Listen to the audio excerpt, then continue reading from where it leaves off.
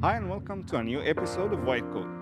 Today, we'll continue talking about one of the most important topics that's a big concern for parents, which is speech and language disorders. In the children, statistics saying about 10% of our children have speech disorders before preschool age, and up to 50% of our children have language disorders in preschool age. Today, also, we will discuss the language and communication disorders in autistic children and how speech and language pathologist has a big role as a part of the autism management. And it's our pleasure today in White Coat to host the outstanding speech and language pathologist in Southern California, Narissa Ventress, to talk about those problems and teach us better ways of communication with our children, especially the autistic kids. For interaction with White Coat, please send in all your questions to our official Facebook page, White Coat, that will be shown on the screen now. And if you need to ask our guest any questions on the topic, please call the numbers that will be shown on the screen at any time during the episode. For those who follow the Eastern calendar, have a blessed Holy Week, and those who follow the Western calendar, Happy Easter. أعزائي مشاهدي وايت كوت وقنوات الكرمة في كل مكان في العالم، النهاردة هنكمل الموضوع اللي بدأناه الحلقة اللي فاتت، وهي مشاكل النطق وتأخر الكلام في الأطفال بشكل عام. والنهاردة هنركز بشكل خاص على الأطفال اللي بيعانوا من مرض التوحد، لأنه جالنا طلبات كتيرة ومسجات كتيرة جدا في البرنامج إن احنا نتكلم على النوعية دي من الأطفال وإزاي نقدر نساعدهم إن هم يتواصلوا بشكل أفضل، وإزاي كمان يتكلموا، لأنه بيبقى عندهم مشاكل في أجزاء كتيرة جدا، مشاكل طبية هنتكلم عنها في حلقة جاية لوحدها خالص، وعندهم مشاكل في التخاطب والتواصل، وعندهم مشاكل في اللغة. النهاردة هنركز بشكل خاص جدا على مشاكل التواصل والتخاطب في الأطفال اللي عندهم أوتيزم أو مرض التوحد، وكمان هنكمل وناخد الأسئلة اللي جات لنا على الفيسبوك من الحلقة اللي فاتت، لأنه جات لنا أسئلة كتيرة هنحاول نجاوب جزء كتير منها. النهارده بيسعدنا ويشرفنا ان تكون معانا واحده من احسن السبيتش واللانجوج باثولوجيست في جنوب كاليفورنيا هنا، ناريسا فنترس. هتكون معانا زي ما حضراتكم عارفين دلوقتي كل الاسئله الخاصه بالموضوع ده تقدروا حضراتكم تبعتوها على صفحتنا الرئيسيه على الفيسبوك وايت كوت، او تكلمونا في اي وقت في اثناء البرنامج لو ليكوا اي اسئله وحابين تتواصلوا مع الضيفه بتاعتنا النهارده. يلا بينا هنبتدي النهارده فقرات برنامجنا من وايت كوت.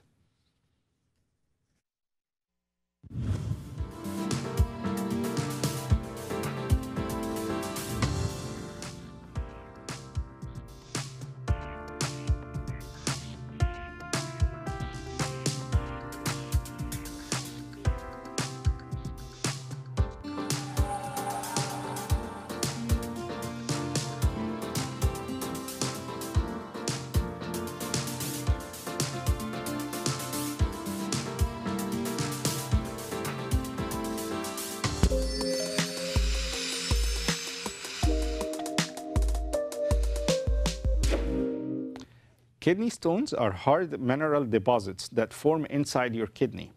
They cause severe pain when they pass through your urinary tract. And up to 12% of the Americans are affected by kidney stones. And once you have a kidney stone, you're 50% more likely to get another one in the next 10 years. There is no one sure way to prevent kidney stones, especially if you have a family history of that condition. But a combination of diet and lifestyle changes may help to reduce the risk. And here is some tips. Number one, drink plenty of water. The number one risk factors of kidney stones is not drinking enough water. If you're not drinking enough, that means your urine will simply have higher concentration of substance that can form stones. Number two tip is make sure you get adequate magnesium. Deficiency of magnesium has been linked to kidney stones. It also plays an important role in absorption of the calcium in your body.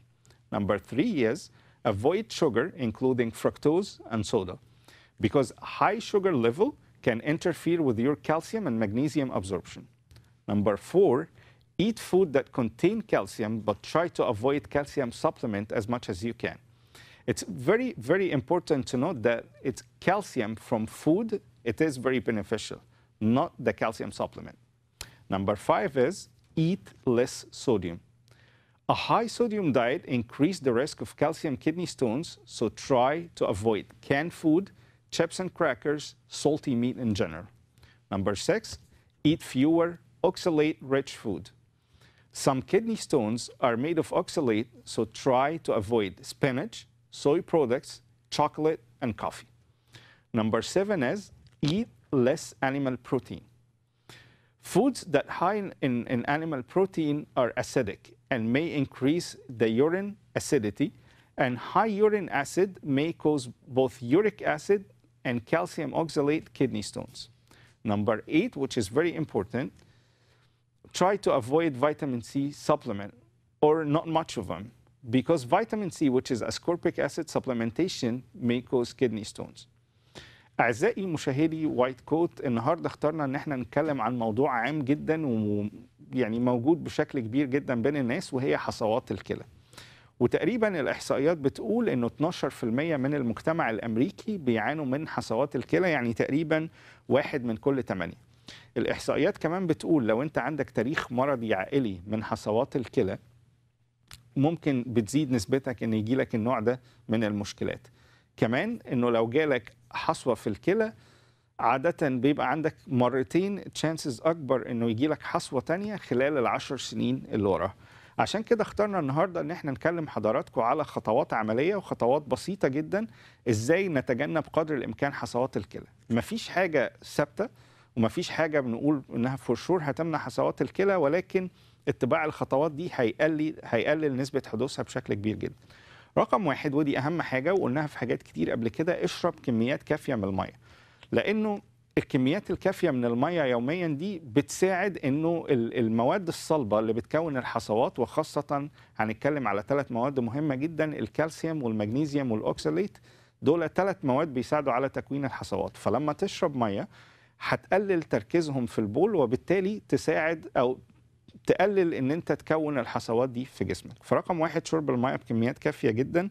رقم 2 اتاكد ان انت بتحصل على كميات كافيه من المغنيسيوم يوميا.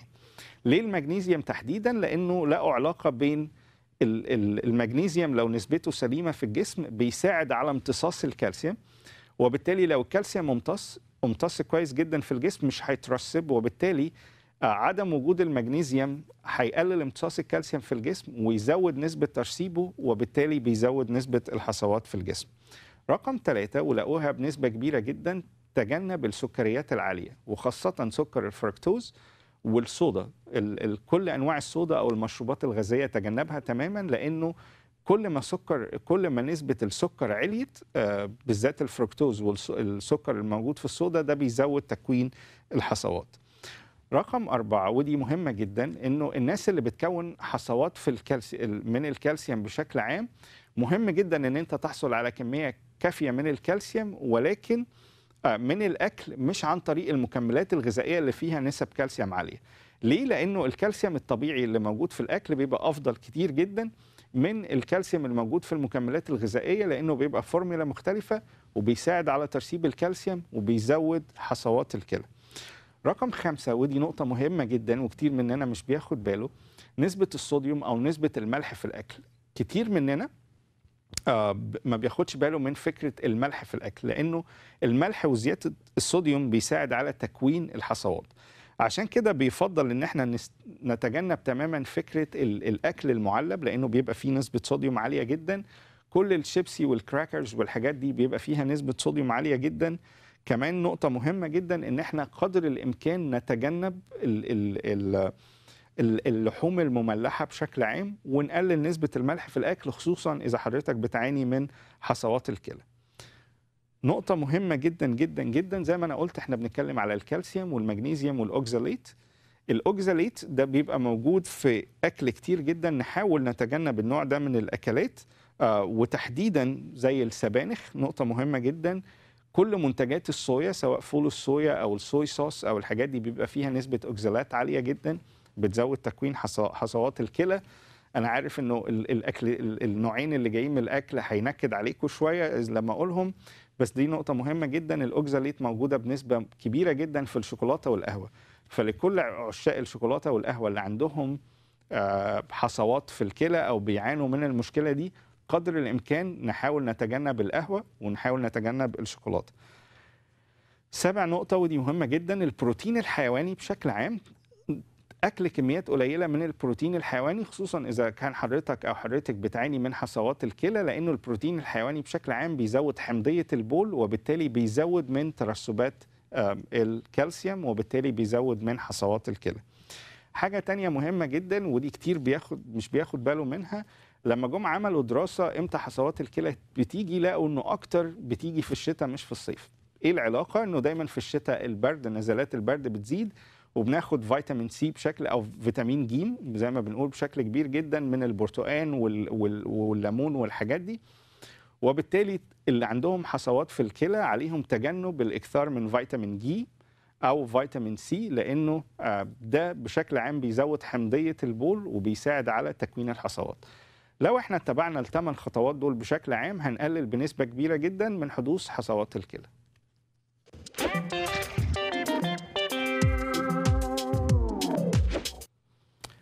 Today's children grow up immersed in digital media, which has both positive and negative effects on their healthy development. The nation's largest group of pediatricians, which is the American Society of Pediatricians, they set new recommendation of how long to let your children use social media and electronic devices. Number one, for children younger than 18 months, please avoid any use of the screen media other than video chatting, and the parents of children from 18 to 24 months of age who wants to introduce digital media for their kids for the first time should choose the quality of programming and to watch it with their children to help them understand what they're seeing. Children from age 2 to 5 years, limit the screen use to 1 hour per day of high quality programs, and parents should co-view the media with their children to help them understand what they're seeing and how to apply it in the world around them.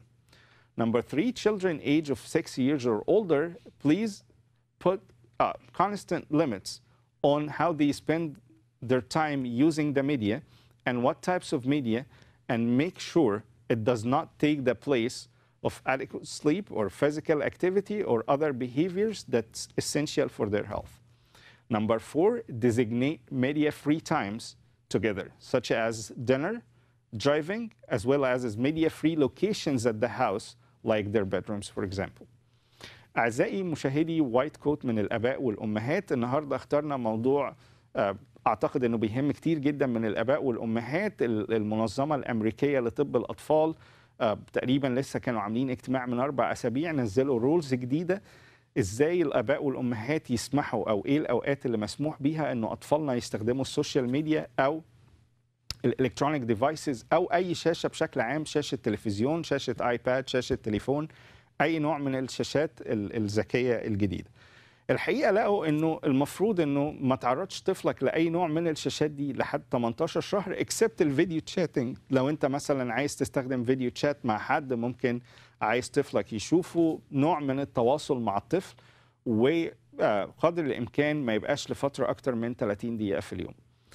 الاطفال بعد سن من 18 شهر ل 24 شهر، يعني تقريبا من سن 1.5 سنة لسنتين، ممكن نبتدي نوريهم ايه انواع السوشيال ميديا المختلفه، الجيمز، يعني الافلام، الكرتون، الحاجات دي، بس تاني برضو ما يزيدش عن 30 دقيقه لساعه في اليوم بالكتير جدا، بشرط ان احنا نكون قاعدين معاهم عشان نقدر نفهمهم، ولانه ده كمان بيزود التواصل بين الاباء والابناء في السن ده اللي هو من سن 1.5 سنة لسنتين، وما بيزودش فكره انه الطفل يقعد لوحده مع شاشه وينعزل تماما عن العالم، لانه ده عامل مشاكل كتيره جدا. الحقيقه السن المهم جدا هو من سن 2 ل5 سنين، وقالوا انه مش اكتر من ساعه في اليوم باي حال من الاحوال، سواء يستخدموا التلفزيون او يستخدموا اي نوع من الشاشات الذكيه اللي شرحناها. من سن 6 سنين لازم يبقى في تنسيق كامل، قالوا بين الاب والام وبين الابناء في استخدام التلفزيون والسوشيال ميديا، لانه اكيد في هوم وركس في المدرسه واساينمنتس ممكن يطلبوا ان هم بيعملوها على ايبادز او الحاجات دي، ولكن قالوا بشرط انه ما يزيدش عن 2 ساعة باي شكل من الاشكال بعد سن 6 سنين. كمان يبقى انه ده ما ياخدش من وقت الطفل، سواء في النوم او سواء في الفترات الراحه بشكل عام، أو التواصل الاجتماعي مع أبوه وأمه، أو فكرة الأنشطة الرياضية. مهم جدا إن السوشيال ميديا ما تتعارضش مع الحاجات دي. آخر حاجة كمان نصحوا بيها، قالوا إن إحنا لازم نعمل أوقات خالية تماما من أي شاشة تبقى جنب الطفل. فكرة إنه إحنا نتجنب تماما السوشيال ميديا بشكل عام أثناء الأكل كأسرة مع بعض، ده مهم جدا. قالوا كمان إن أنت تعمل أماكن في البيت ما فيهاش أي نوع من الشاشات أو أي نوع من السوشيال ميديا على الإطلاق. أهمهم أوضة نوم الأولاد، مش مسموح فيها الآيباد ولا التليفونات عشان يناموا ويركزوا، لأنه دي فترة هم بيحتاجوها جدا للنمو بتاعهم. طبعا لازم نعلم أولادنا أن وقت السواقة ما فيش خالص سوشيال ميديا. كمان زي ما احنا قلنا وقت الاجتماعيات ما يبقاش فيه سوشيال ميديا خالص. دي هي كانت الريكومنديشن الجديدة للمنظمة الأمريكية لطب الأطفال، اللي لو اتبعناها هنساعد أولادنا أن هم ينمو بشكل سليم على المستوى البدني أو على المستوى العقلي.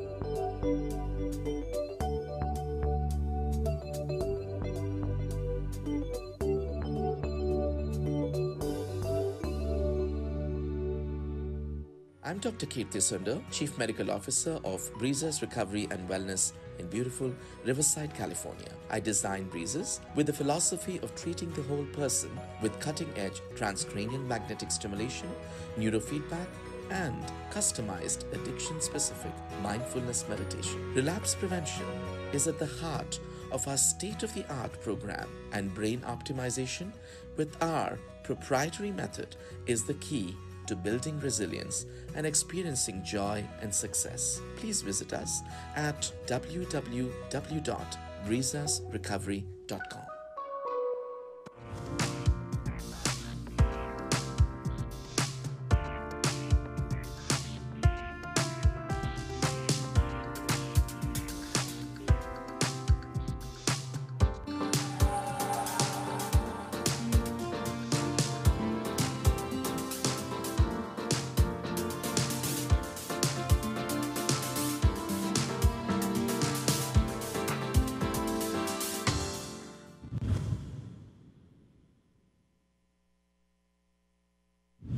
Hi, my name is Narissa Ventress, and I am a speech-language pathologist.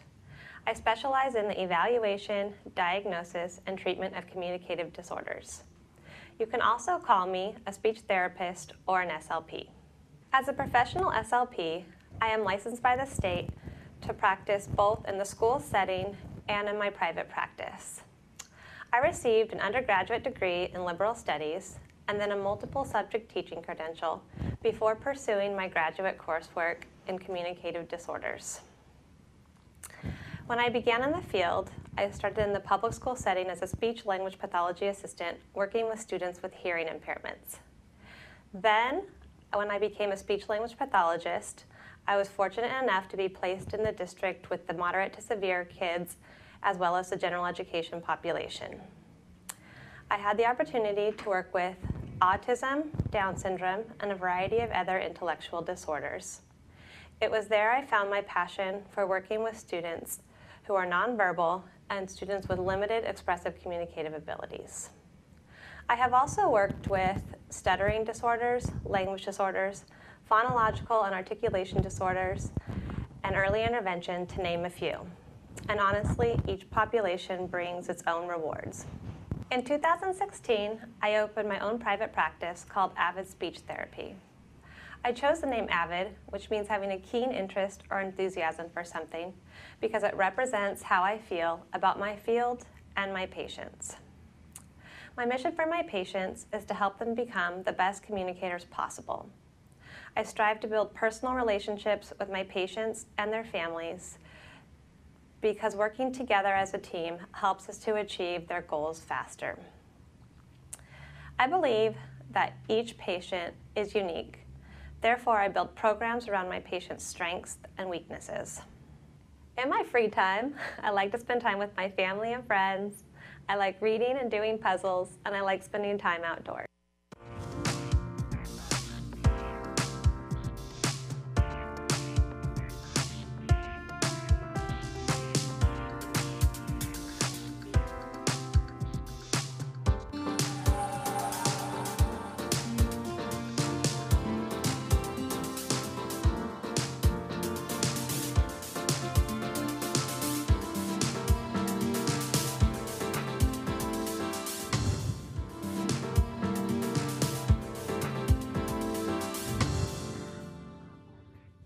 اهلا بيكم اعزائي المشاهدين مره تانية في حلقتنا والجزء الثاني من مشاكل الكلام والتاخر النطق في الاطفال.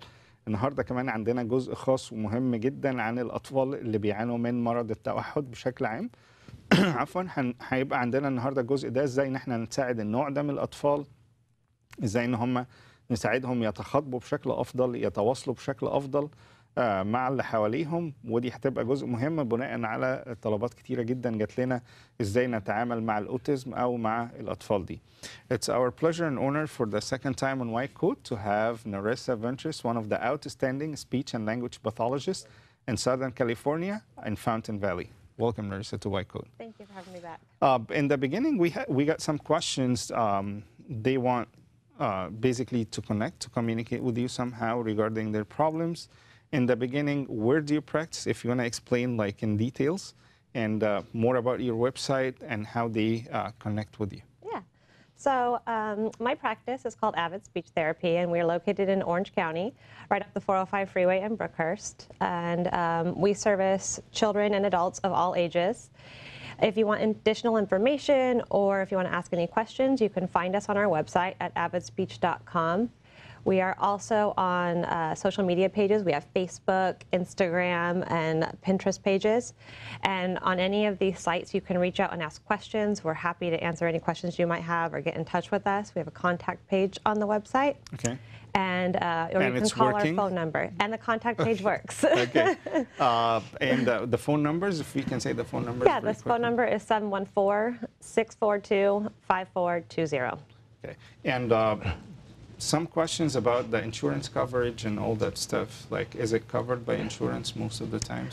So insurance coverage varies depending upon what your insurance determines as a medical need. So if you have questions about that, you can give us a phone call and we can get in touch with insurance or give you the right information to kind of help you, guide you through that process. لكل الناس اللي بعتوا لي عن ازاي بيتواصلوا مع ناريسا، الحقيقه الحلقه اللي فاتت يعني حازت على اعجاب كتير من الناس، ناس تواصلت معايا. الويب سايت الخاص بيها هو avidspeech.com. وتقدروا زي ما احنا طلعنا الويب سايت من شويه ان انتوا تروحوا على الويب سايت، في كل ارقام التليفونات موجوده تقدروا تتواصلوا معاها. الحقيقه واحده من احسن السبيتش لانجويج باثولوجيست هنا والبراكتس في فاونتن فالي، تقدروا تتواصلوا معاها في الموضوع ده. هنبتدي فقرات برنامجنا النهارده. الحقيقه جات لي اسئله على الفيسبوك كتير جدا، اخترنا منهم شويه اسئله هنجاوبها قدر الامكان وقدر الوقت بتاعنا. الحقيقه السؤال الاولاني جالي من بنت الرب في القاهره، بتسال على بنتها عندها 4 سنين و6 شهور، انا اسف 4 سنين و6 شهور، وهي عندها مشكله في الجيم بتقولها دال، يعني مثلا بدل ما بتقول جيرل بتقولها ديرل. عندها مشكله ما بين الكي والتي، فبدل ما بتقول كايل مثلا بتقولها تايل. فانا دلوقتي هسال نوريسا على الموضوع ده وهي هتجاوب على حضرتك. In the beginning we got some questions on social media. The first one, it's a girl 5 years, almost 5 years and 6 months, and she has a problem with the letters K.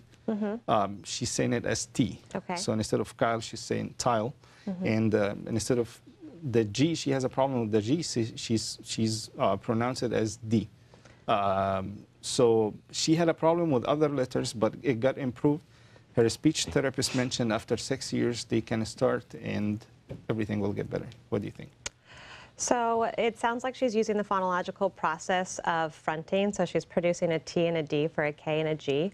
And this is a phonological process that kids do develop through. However, it is a process that we would anticipate to disappear on their own, usually between 3 and 4 years old. So it sounds like, for me, that would speech therapy is absolutely warranted. K and G are sounds that we should be able to produce by 3 years old. So even though she received therapy and she's improving, those areas she could still target and be working on with a speech therapist at her age. But do you think she needs to wait till she gets be 6 years old? No. I wouldn't wait, because like we said, they should have K and G at her age, 4.5, almost 5.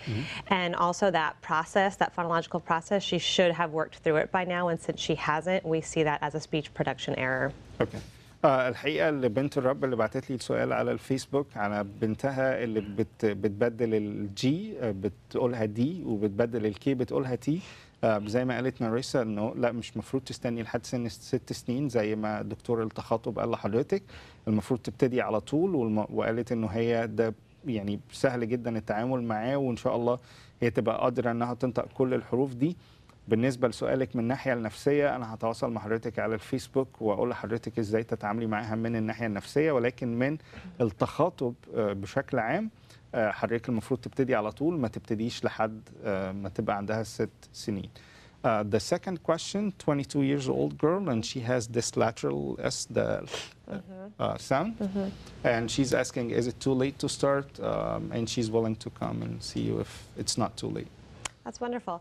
I am a believer it's never too late to start. The neat part about working with children as adults as they get older is they actually know what they're working for. They're motivated to move forward. So if she's motivated and she wants to make that speech sound, her overall speech, more intelligible and just feel more confident in her day-to-day life, it's a great time to start, and we can work together towards improving that speech sound. So it's not late. It's not late. لبنت الرب اللي بعتت لي السؤال، 22 سنة من لونج بيتش، وكانت بتسألني إنه هي عندها لدغات في اللي هو الحروف دي. زي ما ناريسا قالت إنه it's never too late، تقدري تروحي على الويب سايت بتاعها تعملي ميعاد وهي هتشتغل معاكي، وقالت إنه هو مش متأخر ولا حاجة. The third and last question, 17 years old, he almost, according to his description, half of the letters are gone, and he wants to be a salesman. So he's asking again, is it too late to start, or is it be beneficial? Can he restore some of those letters back? Okay, so again, as much as we want to start early with any of it, it's not late, especially when you're motivated, and especially when you're thinking about what your outcome is. You want to be a salesman, you need to have good speech, you need to be a good communicator, it's articulate. Basically in presentation, right? So we would need to come in and establish baseline and see what is causing those sounds to not be produced, but we could find a way to help him work towards producing those sounds and making him a stronger communicator kind of throughout his day. ابن الرب 17 سنة اللي بعت لي تقريبا المسج، يعني بنص المسج بتاعته قال لي تقريبا نص الحروف ضايعة وهو عايز يبقى سيلزمان. ف again it's never too late، ممكن نشوف أخصائي تخاطب ويبتدي معاك، وإن شاء الله يعني كل الأمور تبقى كويس. Back to our episode today about speech and language disorders, and in the beginning we want to show our audience why parents should seek for a professional help in speech language therapy, and how the process of speech therapy look like, how it goes. Okay, so why parents should seek out professional speech therapy?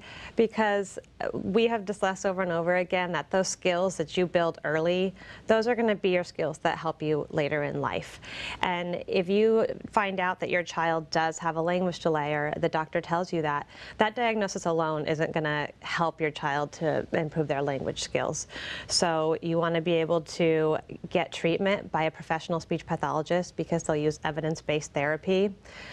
The speech pathologist can help you determine if other interventions are needed, if their behavioral therapy is needed, or occupational therapy.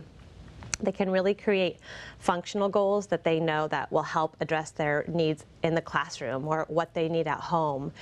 And ultimately, they can help you understand how communication looks different in different environments, and how to learn these skills for all the different environments that their child is in. سؤالي الاولاني لناريسا كان عن ليه دايما الاب والام دايما لازم يلاقوا سبيتش لانجويج او اخصائي تخاطب كويس ويبتدوا في سن بدري. قالت لي الحقيقه دايما لانه اخصائي التخاطب بيستخدم الوسائل العلميه اللي هو المفروض ينميها في الاطفال في السن ده. حاجه مهمه كمان انه بروفيشنال اسسمنت، يعني تقييم على مستوى بروفيشنال، انه يشوفوا ايه مشاكل الكلام، ايه مشاكل التخاطب، وهم كمان بيقدروا يحددوا اذا في نوع من التدخل تاني محتاج، سواء تدخل طبي او علاج اوكيبيشنال. يعني هم اللي بيقدروا يحددوا ايه كمان محتاجينه الاطفال في السن ده. حاجه تانية مهمه انه البدايه البدري دايما بتحسن النتائج زي ما هي قالت، وكمان مش بس بيشتغلوا على الطفل ولكن بيشتغلوا على الاب والام وبيعلموهم ازاي هم كمان يتخاطبوا مع اطفالهم، لانه ده بتبقى نقطة مهمة جدا ان احنا مش بس نشتغل على الطفل ولكن نشتغل على البيئة اللي حواليه كمان، لانه ده بيبقى مهم جدا. Narissa, what if the speech problem or speech language disorders left untreated? What consequences we're facing here? So there can be a variety of consequences if the speech delay is left untreated. Some of them can be behavioral challenges that they may have personally with themselves or in the social setting. They may have overall reduced speech intelligibility, which make their daily interactions more difficult. They could have weak vocabulary skills, so that could impact them later in life and job opportunities. Their self-esteem and confidence is sometimes impacted when they realize that their abilities don't match the people around them in the school setting. They realize that it doesn't match their peers, and that really can impact their confidence. Okay. سؤالي لناريسا كان عن لو يعني مشاكل التخاطب ومشاكل اللغة ومشاكل التواصل دي ما اتعالجتش، فايه المشاكل اللي احنا ممكن اطفالنا يواجهوها في الحالة دي؟ قالت لي الحقيقة بيبقى ليها مشاكل كتيرة جدا. رقم واحد، بيبقى فيه تغير سلوكي في الأطفال كبير جدا، لأنه زي ما أنا قلت إذا أنت مش قادر تتواصل بشكل مؤثر مع اللي حواليك، وخصوصا مع سواء زمايلك في المدرسة أو مع البيئة المحيطة اللي حواليك، لو مش قادر تتواصل معاهم بشكل فعال ده بيخلي الطفل إنه يميل أكتر للعنف عن غيره من الأطفال. رقم اتنين، قالت لي بيقلل فرصة إن الطفل يتكلم بدري بشكل عام أو يتكلم بطريقة صح. الحاجة الثالثة المهمة كمان، قالت لي الحصيلة اللغوية اللي عنده، لقوا إنه الأطفال اللي بتتكلم متأخر عن غيرها الحصيلة اللغوية بتاعتهم بتتأثر عن غيرهم جدا. حاجة تانية قالت لي كمان إنه بيقلل ثقة الطفل بنفسه، بيخلي الأطفال اللي بتتكلم دايما متأخر بيبقى ثقتها في نفسها أقل من غيرها. Do we have other consequences? We do, yeah. So if left untreated, oftentimes they can face potential bullying situations, whether they're being bullied or they become the bully, just because it's easier to have that and hide behind the bullying than it is the communication problem.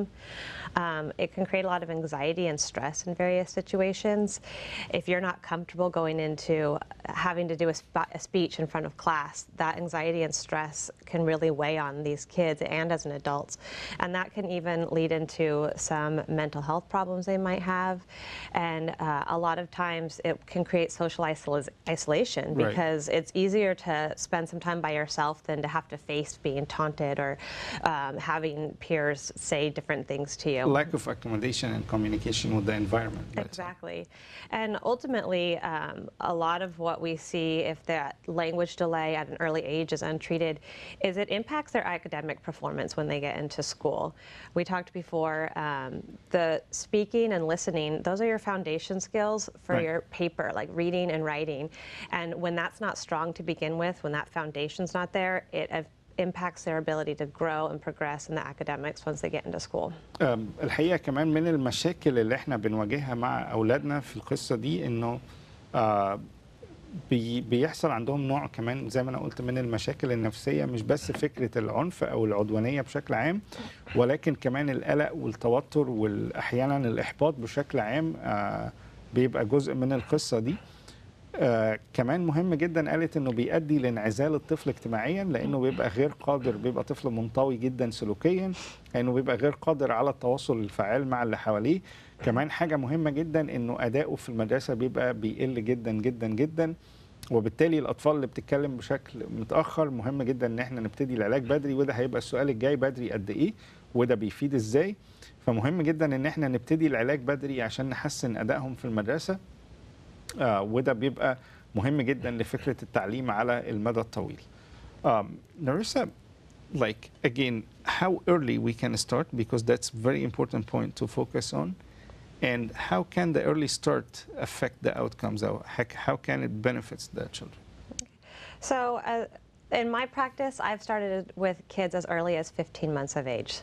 15 months. 15, okay. yeah. So as soon as you start to see that they're not using those strong communicative intent at the beginning, we can see that they may not be a child that's going to catch up typically. So we would start that early. And it's important because studies show that late talkers don't perform as well as their peers in a lot of variety and aspects of language. And the sooner you can start getting that support, the stronger it'll be later in life. Starting early also helps families to get other diagnoses they might need. So if we start earlier, we may see some warning signs for autism and be able to make some referrals to take them in the right steps. So it helps early detection too of other like problems. Absolutely. الحقيقة سؤالي ليها كان عن بدري قد ايه نقدر نبتدي علاج بالتخاطب بشكل عام. قالت لي انه احنا في البراكتس بتاعها تقريبا بتبتدي من سن 15 شهر، يعني تقريبا سنة و3 شهور. لو البيبي ما بداش ينطق بدري قوي، اتليست كلمة بابا وماما ممكن هي تبتدي بدري، ممكن بعد كده بشوية، ولكن بشكل عام كل ما ابتدينا بدري كل ده مكان علاجه افضل. قالت كمان انه البدايه البدري، قالت انه كل الاحصائيات والدراسات اللي اتعملت بتقول انه الطفل اللي بيتكلم بدري عن غيره بيبقى فرصته افضل بين انه يعمل اكاديميك بيرفورمانس او اداء في المدرسه او نتائج افضل او تحصيله الدراسي بيبقى افضل بشكل عام.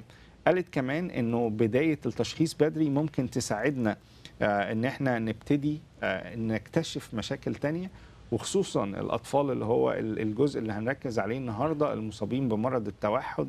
بداية التخاطب أو علاج التخاطب بدري ممكن يساعدنا ان احنا نكتشف بدري أمراض زي مرض التوحد، وده بيبقى مهم جدا جدا جدا. كمان بيسهل قدرات ومهارات التخاطب عند الأطفال، وده بينمي ذكائهم بشكل أسرع، وده كله بيبقى مهم جدا ان احنا نبتديه بدري في أطفالنا، لأنه ده بيبقى شيء مهم جدا لمستقبلهم بشكل عام.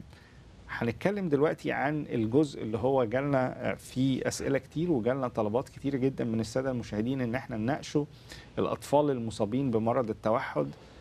المشكلة دي بتبقى شكلها ايه، المناطق المشاكل فين، وازاي نقدر نعالجها.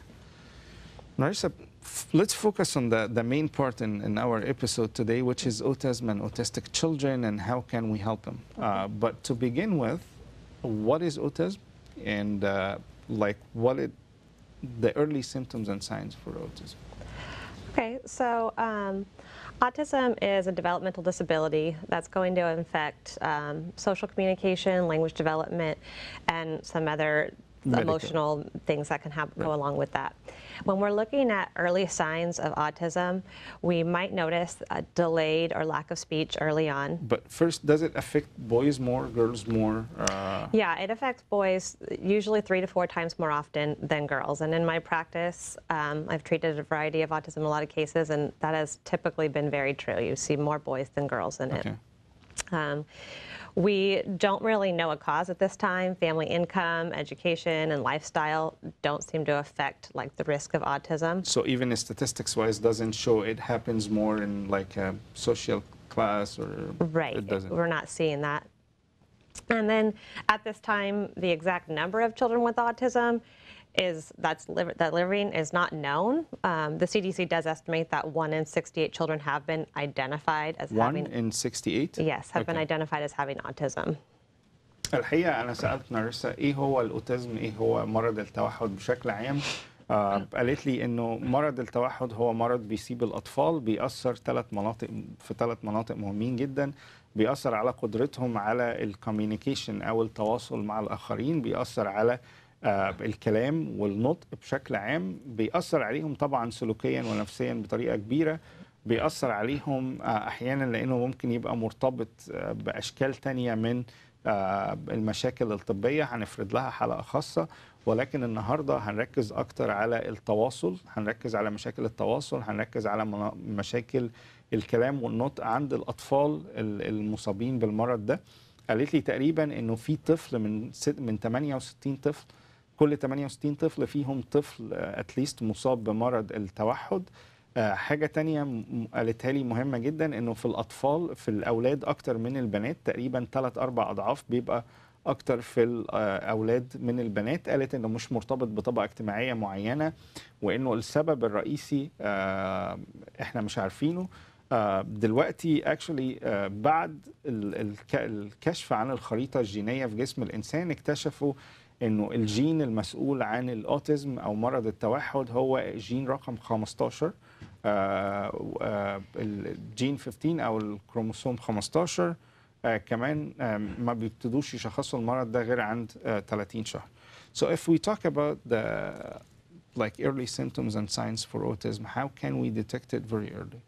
So early on, you might see a delayed or lack of speech, and you will see that they're not really effective communicators early on. So a child with a language delay might not have the speech, but they're still effective communicators. They'll gesture, they'll point.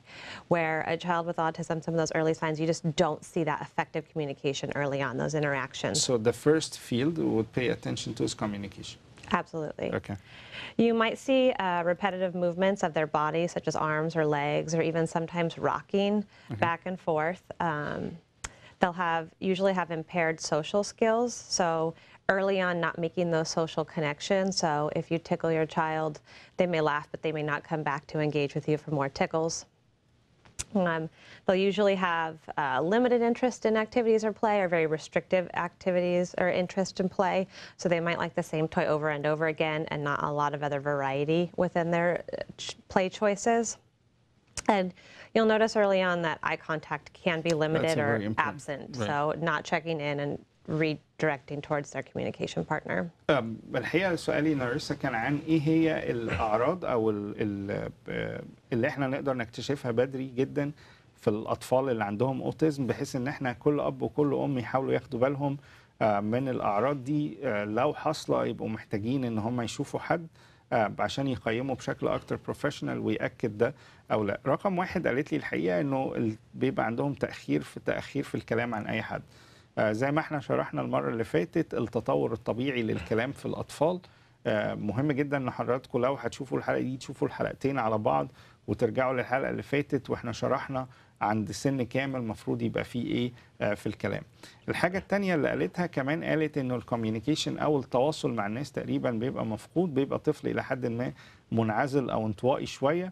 نقطة ثالثة مهمة، قالت كمان انه دايما بتبقى فيه حركات مستمرة في اجزاء معينة من جسمه، يعني بيحرك ايده مثلا باستمرار، او قالت انه بيحرك مثلا راسه بالطريقة دي باستمرار عن الطبيعي. لو لاحظنا الاعراض دي مهم جدا ان احنا نشوف حد بدري انه يشخصها. كمان قالت المهارات التواصل الاجتماعي مع الاب والام بتبقى مفقودة في السن ده، وادتني مثال. قالت لي لما مثلا احنا يعني بنزغزغ اولادنا، المفروض ان هم بيحاولوا يعملوا ده تاني، ده تعمله مرة وخلاص، ما بيحاولش ان هو يتواصل معاك بنفس الطريقة تاني. كمان قالت لي نقطة مهمة جدا، الاي كونتاكت او لغة العين. دايما لما بنحاول نتواصل مع اولادنا بيحاولوا يبقوا باصين علينا، ده بيبقى زي ما بنقول في العالم بتاعه خالص. التواصل بالعين بيبقى مفقود تماما في السن ده. مهم جدا الأعراض دي نكتشفها بدري في أطفالنا، لأنه ده بيساعدنا ان احنا نكتشف كل الحاجات دي. لا قدر الله لو في اي حاجة نلحق نشوف حد عشان يساعدنا في الموضوع. That's the early symptoms and signs for our kids. What about the social aspect, the social interaction, how it gets affected in the autistic kids? So for children with autism on the spectrum, social interaction is always impaired. It could look very different depending upon where they are, but they'll sometimes be withdrawn from a whole group setting or from peers, depending upon where they are. They may not play well in games that require interactive back and forth responses. They sometimes have difficulty making friendships and maintaining those peer relationships. They may not respond well because of that eye contact. So even you may say something that they might laugh at, but they don't have that smile or that eye contact to engage with you. So basically masked face, like they don't have this kind of... Yeah, and that's something that nonverbal communication is a piece that they may not read in others and they may not have within themselves. Sometimes they present as having a lack of empathy, and this is usually because of weak perspective-taking skills, the ability to have the idea that other people have different thoughts than they do. And sometimes they prefer to spend time by themselves rather than others, and this can vary because maybe they're not interested in peer relationships because they're more interested in kind of what's going on in their own head, or sometimes they spend time by themselves even though they are interested just because they don't have the skills set to participate in those peer interactions. So basically they live in their like own entire world. They're not communicating. Yeah, so when we think about that social piece, it's easier for them sometimes to isolate them by themselves because they don't have the skill set or because of their lack of interest. الحقيقة سؤالي ليها كان عن الجزء الاجتماعي في الأوتيزم أو مرض التوحد أو الشكل الاجتماعي اللي بيبقى عليه الطفل ده. قالت إن هو بيبقى طفل يعني منعزل جدا اجتماعيا، ما بيحاولش يتواصل مع الآخرين. كمان الطفل ده بنلاحظ عليه إنه ما بيقدرش يلعب الجيمز مع الأطفال التانية اللي فيها نوع من التنافس أو فيها نوع من الانتراكشن أو التواصل، ما بيفضلش النوع ده من الجيمز. كمان قالت زي ما احنا قلنا او ذكرنا في الجزء اللي فات اللي هو فكره الاي كونتاكت بيبقى كمان منعزل تماما عن ده. كمان بيبقى مشاعره زي ما بنقول وشه ما بيبانش عليه اي نوع من الانفعال، لا هو يعني ما بتعرفوش لا هو مبسوط ولا هو فرحان ولا يعني مثلا لو قلت له حاجه كويسه وشه نفس الملامح زي ما بنقول بيبقى لابس ماسك يعني. قلت له حاجه وحشه ما بيبانش عليه، هو على طول زي ما بنقول الفلات فيس او الماسكت فيس ما بتبانش عليه اي نوع من المشاعر او يعني اي نوع من الانفعالات.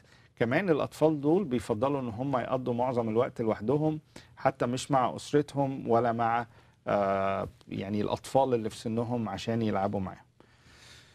Now we talked about the early symptoms and signs and the social aspect. What are the main symptoms and signs even that we can watch on their kids, like on those kids later on in their life?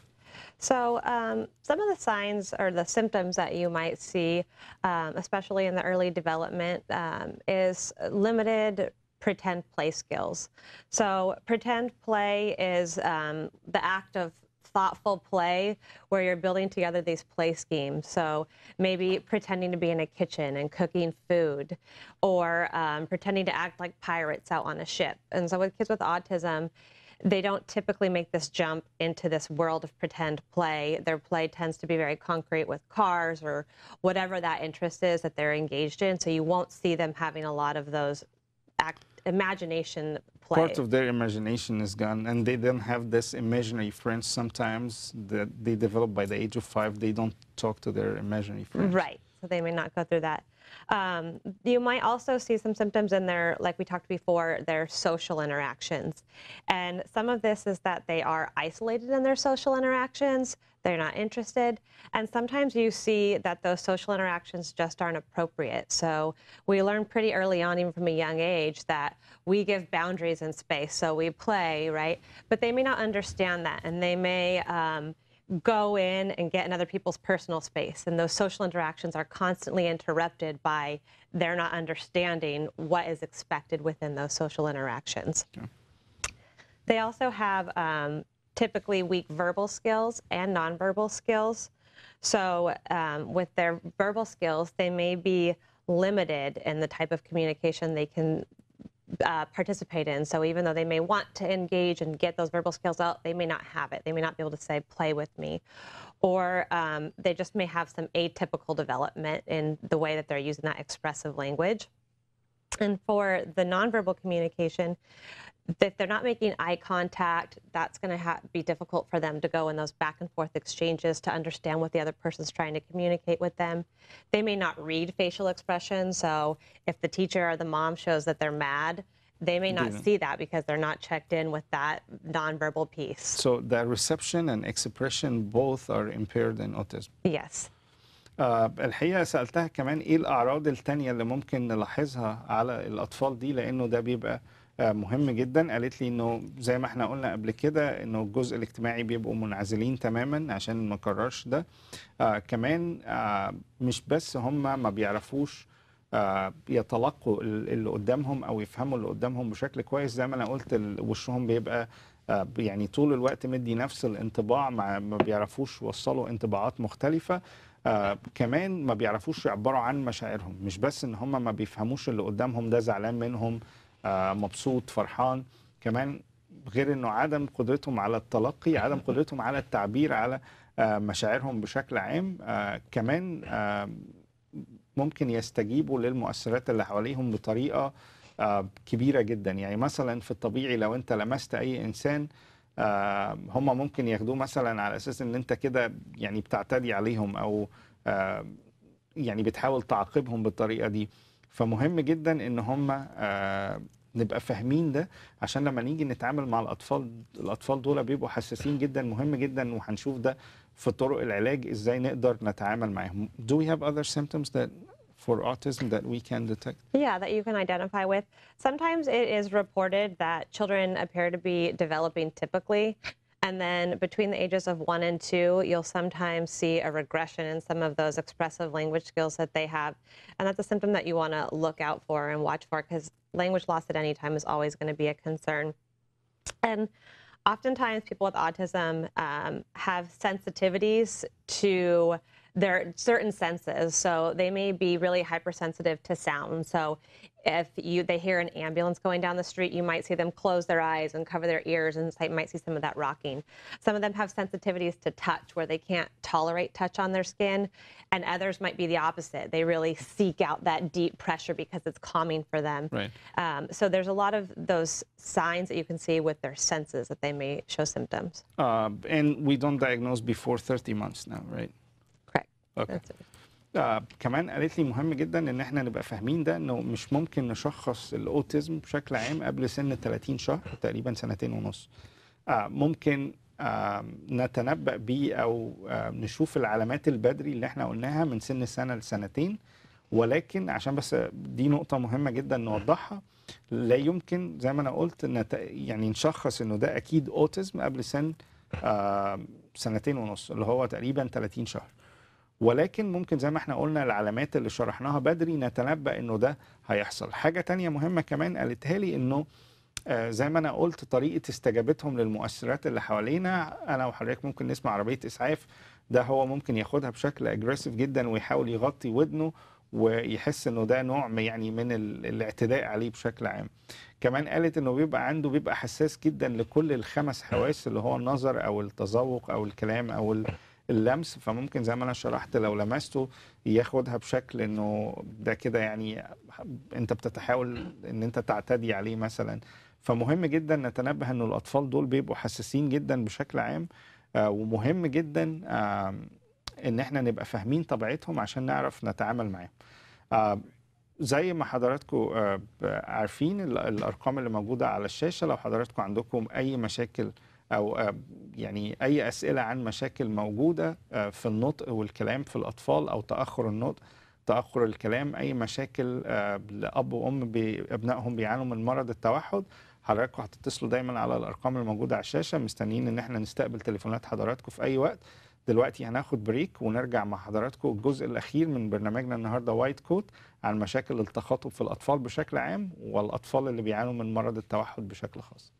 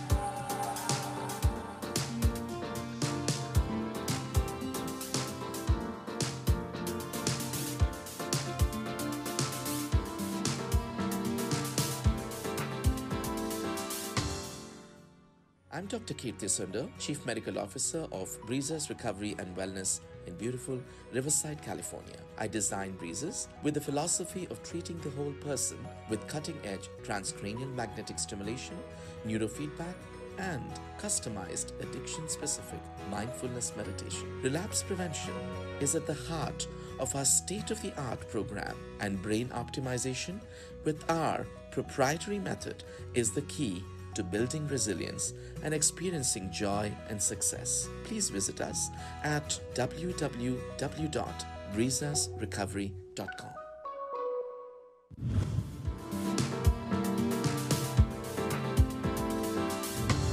Okay.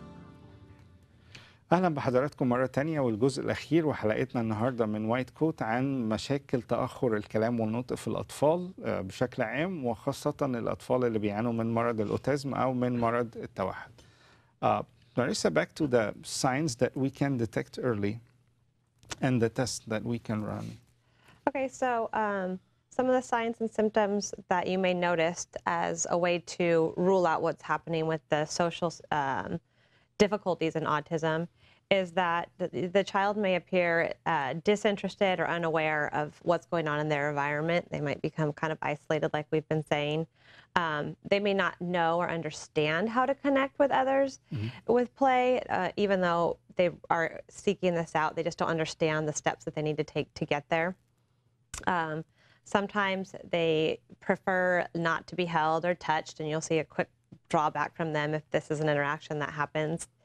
And as we discussed previously, they don't really understand pretend games or sometimes even how to engage in groups. They might be on the outskirt of a group, kind of watching and not sure how to take that step in to join the group and how to participate.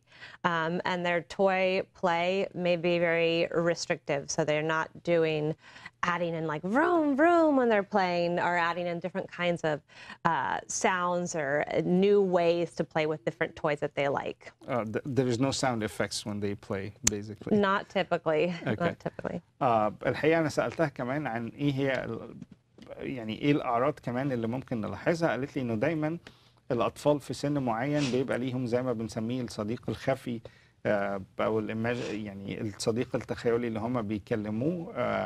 قالت لي ده ما بيبقاش موجود لما هم بيزيدوا عن سن 3 و4 سنين. ده يعني دايما بنلاحظ الأولاد يتكلموا مع نفسهم. ده ما بيبقاش موجود في النوع ده. زي ما قلت وبأكد تاني إن هم بياخدوا أي نوع من يعني الخمس حواس بتاعتهم بنتعامل معاها بطريقة مختلفة. أي لمسة ممكن يفسروها بشكل مختلف. النظر ليهم ما بيبقوش فاهمين اللي قدامهم مبسوط ولا فرحان. كل ده مهم جدا. زي ما احنا بنشوف كمان قالت ان احنا لما بنشوف اطفالنا بيلعبوا مع نفسهم بيضيفوا زي مؤثرات صوتية اللي هي بنسمعها وهم بيلعبوا. الاطفال دي بيبقوا فاقدين تماما الموضوع ده. If we go to the common and like in communication problems and speech difficulties that they have, and just like what can we notice on like more further in those kids? The common speech and language difficulties. Right. So it really varies depending upon the kid and their need, right? So we have some kids that have mild impairments, and that may look more like their communication weaknesses may be that they can't construct their sentence correctly, even though they have language to engage with peers. If they're more severe, some of those language difficulties can present as an inability to even express themselves or get words out. And so we have to help them learn to communicate in a different way. So we'll typically see in all kids that difficulty with speech and language in one way or the other. They'll have those difficulties with social communication, and then there's usually some behavior or restricted interest that can prevent them from making progress like in a regular setting like the other kids might. الحقيقة أنا سألتها كمان على يعني إيه هو المشاكل اللي بتبقى موجودة عندهم في طبيعة الكلام بشكل عام. فقالت لي إنه أحيانا بيبقى عندهم مشاكل في الريسبونس أو إن هم بيردوا على اللي قدامهم لأنه بيبقوا مش متفاهمين قوي اللي قدامهم بيتكلم في إيه. بيبقى زي ما أنا قلت المؤثرات الصوتية اللي بيعملوها دي مش موجودة. كمان بيبقى دايما لما يلعبوا العاب زي ما احنا قلنا ما بتبقاش العاب تنافسيه قد ما هي انه يلعب بعربيه لوحده او يلعب بحاجه لوحده، ما بتبقاش زي باقي ما بيبقاش زي باقي الاطفال. كمان احيانا لما بيحاول يبتدي يتكلم بيبقى عنده صعوبه في ده جدا، وبيبقى مش عارف يربط الكلمات ببعضها، وده بنشوفه في اطفال يمكن عندهم 5 و6 سنين. كمان بيستخدموا لما بيجي يستخدموا جمل بيستخدموها بشكل قصير جدا وبشكل بسيط جدا، ما بيحاولوش يركبوا جمل كبيرة. If we talk about the educational interventions for those kids, what are the educational interventions that can help with the autism? So there are a variety of educational interventions you might see. Early on, a lot of the intervention that they will use is applied behavioral analysis. So what applied behavioral analysis does is it works systematically to change behaviors in kids with autism to encourage more positive behaviors and positive outcomes.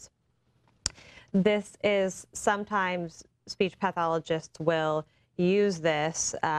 We would teach it, but we would use this within our therapies to help encourage those positive behaviors that we want. So we want to encourage positive communication. We want to encourage positive initiation. We want to encourage positive social interactions. So this might be something we build into our therapies as we're working with children with autism. Ultimately, our goal as speech therapists when working with kids with autism is to improve their quality of life. So improve how they get their needs and wants met daily, improve their social interactions and their social communications with peers. So it really varies depending upon where the child is functioning, but quality of life is our foundation for what we're working towards. I'll get to your professional assessment to them and how you're working with them.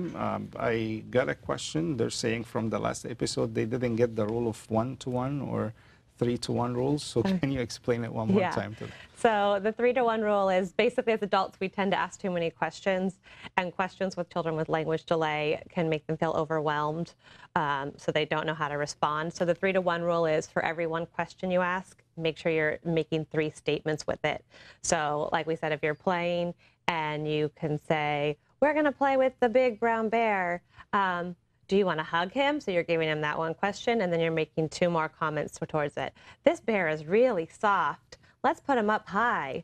So make sure you have 3 statements, 1 question. Limit the amount of questions you ask. And the rule 1-to-1, like when you add one word, oh, the +1 rule. Right, the +1 Sorry, rule. I misunderstood that. So the +1 rule is where your child is at, you add on 1 word. So if your child says dog, you can go big dog. So they're hearing back that language a little bit more complex than what they're using. If they say more please, more water please, sure, here it is. So allowing them to hear a little bit more language than they're using and giving them that model. Okay. الحقيقه السؤال اللي جالنا من بنت الرب من دبي اللي هي بتقول ان هي اتفرجت على الحلقه اللي فاتت وما فهمتش قوي قاعده ال3-ل-1 او +1 او اللي بنسميها الكلمه الزياده. ناريسا زي ما هي قالت دلوقتي هي شرحتها تاني، قالت انه من سن 2 تحديدا بنبتدي نزود دايما كلمه للاطفال اللي بنحس ان عندهم تاخر في الكلام.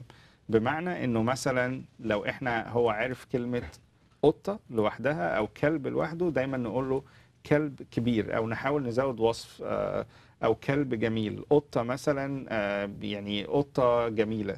دايما لما هو ينطق كلمه نحاول نزود له عليها كلمه، عشان ده بيزود يعني الفوكابولريز بتاعته او حصيله الكلمات اللغويه بتاعته من غير ما انا اقول له قول كذا. لانه زي ما احنا قلنا فكره ان انا اركز مع الطفل واقول له قول كذا او عيد ورايا كذا، ده بيحط ستريس كبير جدا عليه. فما بنعملش كده، ولكن بشكل غير مباشر بزود حصيلته اللغويه. كلمه قصاد كل كلمه هو بيقولها ازود قصاده كلمه، وده في الاطفال اللي في سن اصغر شويه. الاطفال اللي بيعدوا 3-4 سنين ولسه عندهم مشاكل في الكلام بشكل عام، قالت ان احنا بنتبع قاعده ال3-ل-1، بمعنى ان انا اسال سؤال عن اي حاجه، عن لعبه مثلا زي ما قالت طفل مثلا عنده دبدوب، ان انا اساله سؤال عن الدبدوب ده، سؤال واحد قصاده 3 جمل. اقول له مثلا انه الدبدوب ده جميل، تعالى نحطه مكانه، او مثلا ممكن نلعب معاه نعمل كذا. فسؤال واحد قصاده 3 جمل عشان ده بيساعد الأطفال اللي في سن أكبر شوية إن إحنا نحاول نركب قدامهم جمل بشكل كبير. وزي ما أنا قلت، بدل ما أنا أسأل الطفل اللي قدامي ده إيه، ده هنعمل معاه إيه، لا، أنا أسأله سؤال واحد وقصاد كل سؤال 3 جمل عشان نزود حصيلة التفاعل مع الطفل. ده كان سؤال بنت الرب من دبي. كمان هرجع لفكرة التعامل مع الأطفال اللي عندهم أوتيزم، إزاي خبير التخاطب أو أخصائي التخاطب بيتعامل معاهم. زي ما ناريسا قالت إنه الأطفال دي بيبقى عندهم مشاكل في الكلام، فلازم بيتعمل لهم زي evaluation أو assessment، وبنبتدي يعني نتعامل معاهم واحدة واحدة ونشوف المشكلة جاية منين. So, with those kids with autism, what is the role of speech therapy in the treatment with those kids that have autism? So our role as speech pathologists early on can sometimes be to aid in diagnosis. So sometimes we'll start treating a young child with a language delay, and we may see some of the other signs that look more like autism, the lack of eye contact, the limited play. And we may be able to help make proper referrals so the families could get the right diagnosis at the right time. As I was saying before, our role is really to improve their overall communication, improve their social interactions, and improve their quality of life daily so they have the skills needed to engage in activities they want to, or to encourage them to start engaging in new activities that can help them later on. And basically, you can form the team that can work with you and autistic yes, kids. when we're working with autism, a team is a huge piece of it, and we can help to be a part of that. Can we tell our audience what does the team look like? What kind of team members we need? In an educational setting, your team might look like the psychologist, the occupational therapist if they need it for the sensory inputs. You might have a physical therapist on board. You'll have a speech pathologist on board. From the medical piece, you'll want a neurologist on board, so that would be part of your team. And oftentimes, because of the behaviors, you usually have behavioral therapy support as that is part of your team. So the team can be rather large and keep building. Right. الحقيقة أنا سألتها سؤال عن فكرة أخصائي التخاطب أهميته في المرحلة دي من الأوتيزم. قالت لي إنه إحنا يوجوالي الطفل بيجي متأخر في الكلام، فبيحولوه لأخصائي التخاطب، وهو اللي بيحدد يعني إذا كان ده الطفل ده متأخر. في كمان لو في زي ما احنا قلنا اللي هي الساينز بتاعت الأوتيزم بدري، بيحاول يجيب ناس كمان تشتغل معاه، بيعملوا زي فريق بيشتغل على الطفل ده.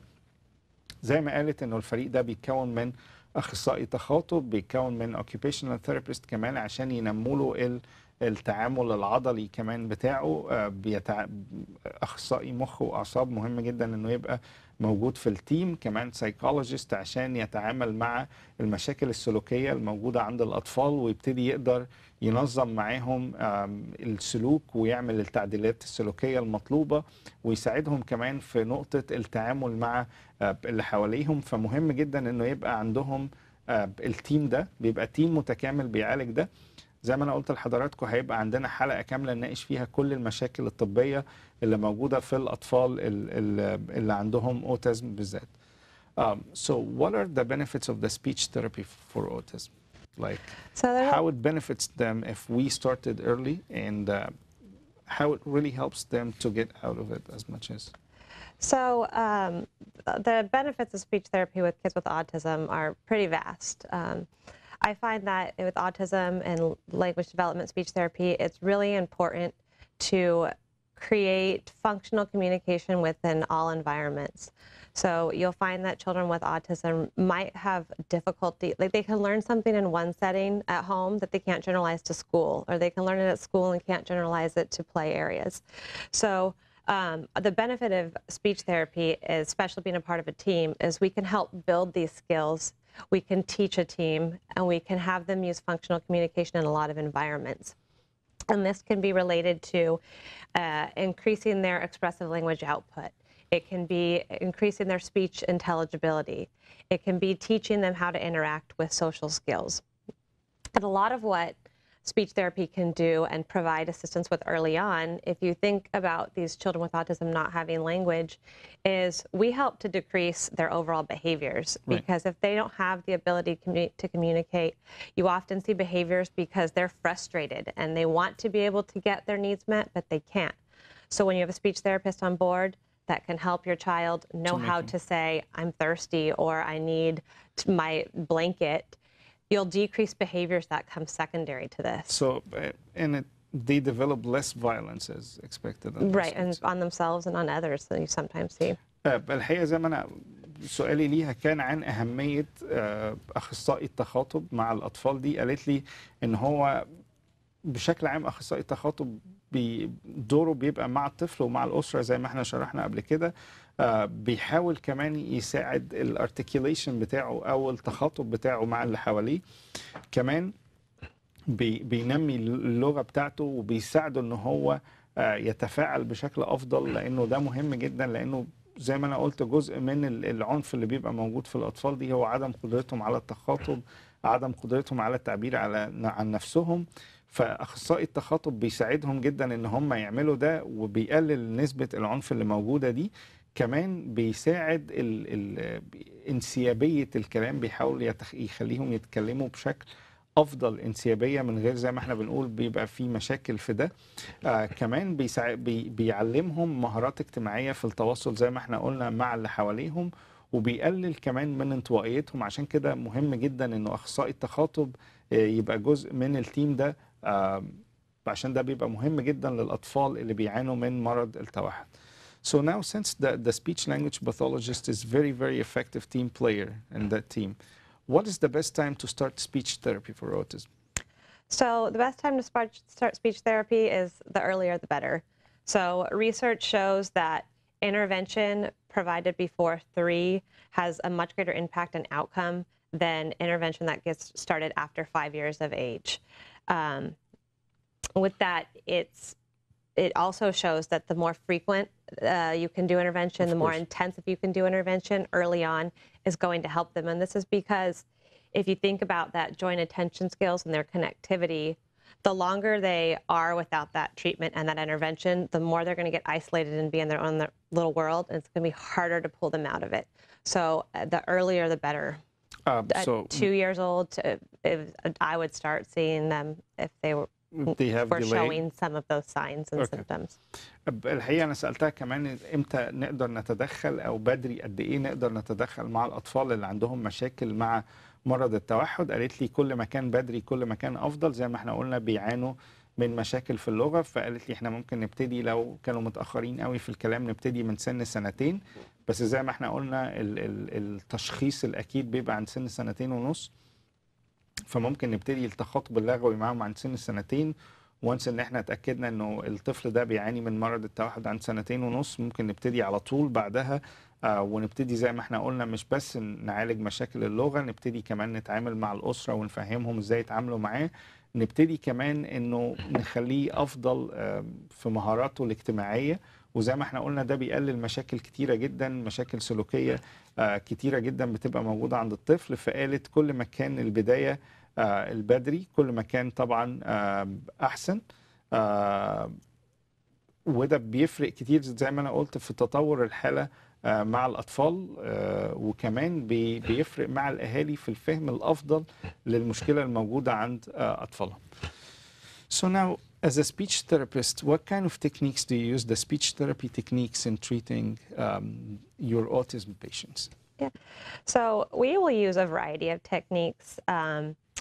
It really depends on where they're at. We'll have a hierarchy to achieve the strongest communicative competence. So if we think about the early levels where they might be nonverbal, we might establish functional communication, or we consider even a spontaneous communication with them by using AAC if necessary, augmentative and alternative communication. Yeah, okay. Clarify that. So that might be signs, so using early signs to communicate. That might be using pictures to communicate. So sign language can help in early stages of autism? Absolutely, because sometimes they'll be hesitant to respond verbally or don't have the skills yet to respond verbally. But they can use a sign, easy signs, please, eat, all done, and it can get really basic needs met. And what you see is that they can learn this quickly because it's easier for them. And it's motivating. They went from not having any way to say what they want to now having a way. We'll sometimes use a picture symbol system. So if they can recognize that this picture of an apple is an apple and they have that in front of them, you show them the apple and they point to it, or they can give it to you and they can get the apple. You can even use higher tech devices. I've used different applications on like an iPad or an iPhone where it has what they want and they can construct a sentence. Perfect. Can you tell us some of those, like names of those applications? Yeah, so the application that you that is on an iPad that I'm most familiar with using is called Proloquo to go. Okay. Again, can you? Okay. Is it what? Proloquo to go. Okay. Yes. So once we get that and we have that functional communication down, part of that might be initiating communication. So they may sit at the table and say, help, help, help, but they're not engaging anyone or seeking out anyone. So some of the strategies we use is to teach them to initiate. So you have to get next to them, and you have to prompt them to tap you, or you have to prompt them to get your attention so they can say, help. Right, because that's the hardest part to get them to do, which is the initiation. Yes, and you could see how if they have learned the word help, but they're sitting and playing with their toys in the corner and they're doing this and they're not initiating, that's going to be frustrating. Right. The increase in behavior is going to go there. So they really have to work on that initiation of communication with other people. Okay. We also work on increasing expressive language output. If they're using one or two words and they look at me and they say ball, I might say, oh, more ball. And we'll work on adding that language together. We really want to use a lot of natural reinforcers within their environment, because I can say, I want them to say cup, but if they're not motivated to get that cup, it doesn't have meaning to them. So you have to make sure what you're targeting is very functional and very meaningful for these. So we have to work on their needs and interests too. Yes, it has to be very much about that. And you want to, if you can, introduce them to new interests, but if they're resistant to it, stick with with that level that they're at. Okay. Some other techniques we use when treating autism is to work on their social interaction. So that might be as simple as responding to their name. Sometimes if they're not responding to their name, you have to do different things. So say their name, get up in their face to see show them what they want. We work on those early joint attention skills, so getting them to engage and us play with the same interest and item, and so we can go back and forth. So they start to learn that they look at something and then they engage back with you. We also might work on their play skills. So if they're just, like my example keeps being just the car back and forth, we work on showing them different ways that we can play with that car. So it creates variety in the way they think and the language that they can be exposed to. And it creates flexibility in the way they think too, because part of the rigid way of thinking. Absolutely, and you see that rigidity in their language use. You see the rigidity in the way that they have play. You see it in their daily schedules. If there's a change in the schedule, they have a hard time moving away from just that one change in their schedule. الحقيقة أنا سألتها كمان إيه هي التكنيكس اللي بيستخدموها الأخصائيين التخاطب في الأطفال اللي بيعانوا من الأوتيزم بشكل عام. قالت لي إحنا بنستخدم تكنيكس كتيرة جدا، جزء منها مهم، وكمان يعني بعد ما ناقش التكنيكس دي هقول لحضراتكم كل أب وكل أم يقدر يعمل إيه في البيت عشان يساعد أخصائي التخاطب. من التكنيكس اللي بيستخدمها أخصائي التخاطب بشكل عام هي رقم 1 تنمية لغة الإشارة.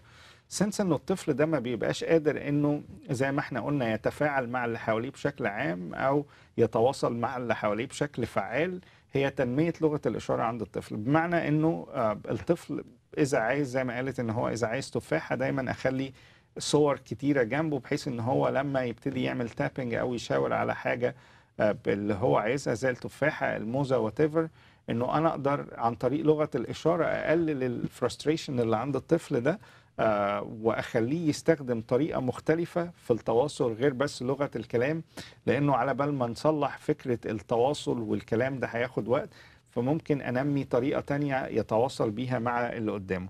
زي قالت كمان فكرة البيكتشرز، فكرة الصور بشكل عام، ان احنا ممكن نعرضه لكتير من الصور ونستخدمها كلغة إشارة بالنسبة له عشان نركز للي هو عايزه. قالت كمان ان احنا غير الصور ممكن نستخدم ابس او تطبيقات على التليفونات اللي معانا. ممكن نستخدم التطبيقات دي على مثلا ايباد كبير ونخلي الطفل يتعرض ليهم بشكل كبير جدا، واحاول اتواصل معاه عن طريق الصور الموجوده على الابلكيشن، سنس ان حياتنا كلها بقت ابلكيشنز يعني.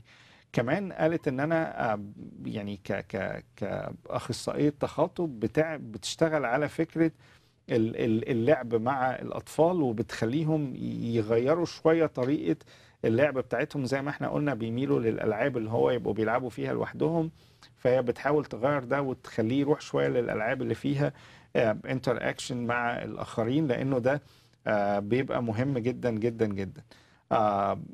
ده بشكل عام الطرق اللي هم بيستخدموها.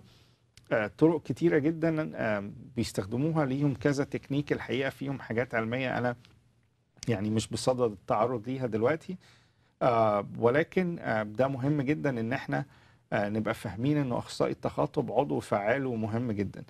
What other techniques do you have other techniques to? Yeah, I'll share some other techniques.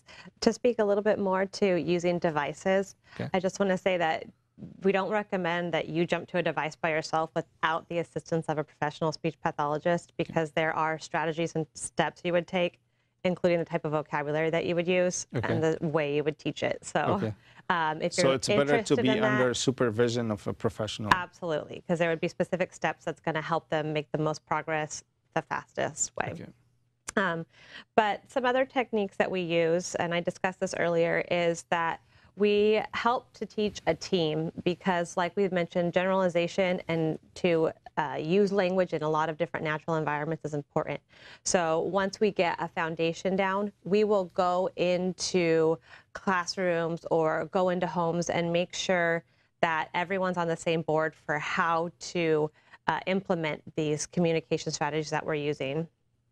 And finally, once we have a solid foundation of skills down, where they're getting their needs met, they're getting requests met throughout their day, we start to fine-tune communication skills. So we might work on some of their sound errors that maybe early on were not as important because it wasn't impacting their ability to be understood. We might work on asking questions. So if the child had their way of requesting was milk, please, we'll start teaching them, can I have milk, please? So introducing more of those higher level language skills as they develop their skills. الحقيقة سؤالي ليها كمان ايه هي، قالت كمان التكنيكس اللي احنا بنقولها مش بس ان احنا بنعلم الاطفال، ولكن بنعلم كل التيم اللي حواليه بما فيهم الاب والام ان هم بيتعاملوا مع الاطفال دي. زي ما انا قلت لحضراتكم تكنيكس كتيرة جدا. قالت كمان بس ملحوظة مهمة جدا، انه فكرة الابس اللي موجودة على الكمبيوتر، لانه احيانا الشاشة بقدر الامكان اي نوع من الشاشات او الهواتف الذكية او الايبادز بيزيد المشكلة سوءا، فلازم زي ما انا قلت يستخدم تحت اشراف الاخصائي التخاطب، لانه فكرة ان انا اسيب الطفل مع شاشة ده بيزود التوحد بتاعه وبيزود فكرة انعزاله.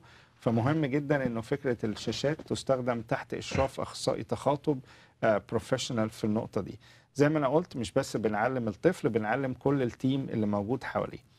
دلوقتي الحقيقة يعني نقطة مهمة جدا، زي ما انا قلت ده دور اخصائي التخاطب، وهي شرحت لنا ايه الادوار اللي بيقوموا بيها وازاي يساعدوا الاطفال اللي عندها الاوتيزم. دور مهم جدا موجود على الاسرة في البيت ان هي تساعد ده، او بمعنى اصح ايه هي الواجبات اللي تقدر تديها لنا النهارده لكل اب وكل ام عندهم طفل بيعاني من مشكله التوحد، وازاي الاسره تبقى لاعب فعال ومهم جدا في التيم اللي موجود حوالين الطفل.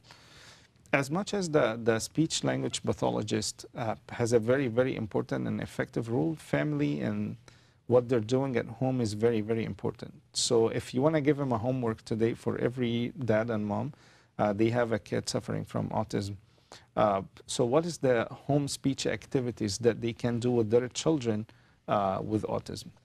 Absolutely. We'll go over some of these together. And like you're saying, when you have a child with autism, you become a team member as well, and Right. you become their best advocate. So I want to give him a homework today. Yeah, so at home, you always want to encourage play and a variety of social interaction with your kids. This might mean that you have purchased every toy in the store and on the shelf just to find out what they're interested in. And once you find that, play with them. Play the different game, play with the different toy, give them those different models. That's a huge piece. Imitate your child. Imitate actions they do, imitate sounds they do. You want to focus on nonverbal communication. So focus on them reading your face, using different types of gestures. Leave space for your child to talk, so give them time. If they need a couple extra seconds, don't immediately start speaking for them. Simplify your language use. You still want to use good grammar, but shorten your sentences so they can understand you. Follow your child's interests. So if they want to play with the ball every time, you play with the ball every time. You may want to consider alternative ways to help them communicate, so giving them visual support so they know what to expect during the day, using pictures like we discussed. You can use sign language if you need them, teach them early signs that are functional for them. Turn off screens, open a book instead. We know that screen time can be damaging for their language development, so as much as you can encourage time interacting with them with a book or any sort of toys instead of isolation, that's really important. And you want to work on any sort of speech and language daily. So whatever your speech pathologist is working on, really, there should be a time every day that you're helping to target their language. Thank you so much, Narissa. It was very, very informative, and hopefully we'll see you again on White Coat. بالحقيقة ادت يعني واجب مهم جدا لكل أب وكل أم يعملوه في البيت. رقم واحد، شجع ابنك على التواصل الاجتماعي، بس زي ما أنا قلت دايما تنتبه لفكرة البرسبشن بتاعه ان هو ممكن ياخد حاجات احيانا تبقى اجريسيف وانت ما تقصدش، فمهمة جدا. رقم اتنين، ان انت تحاول تقلد اللي هم بيعملوه، ركز على اللي الانترست بتاعتهم اكتر من اللي انت عايز تعلمه لهم. فلو هو بيحب حاجة معينة اعملها معاه حتى لو هي فيها نوع من التكرار. زي ما انا قلت، استخدم لغة الاشارة لو ده مفيد. نقلل استخدام السكرين والديفايسز لانه ده بيضرهم اكتر، فنفتح كتاب ونتواصل مع اولادنا، ده هيبقى افضل من السكرينز والديفايسز بشكل عام. بكده نكون غطينا كل مشاكل تاخير النطق واللغه في الاطفال. النهارده ركزنا على الاطفال اللي عندهم مرض توحد، زي ما حضراتكم كتير كانوا بعتوا لي وقالوا لي. نشكركم على حسن استماعكم، هنجاوب الاسئله اللي هتجيلنا على الفيسبوك الحلقه الجايه ان شاء الله. بنشكركم ونشوفكم على حلقه جديده على خير ان شاء الله، وحلقه جديده من وايت كوت الاسبوع الجاي.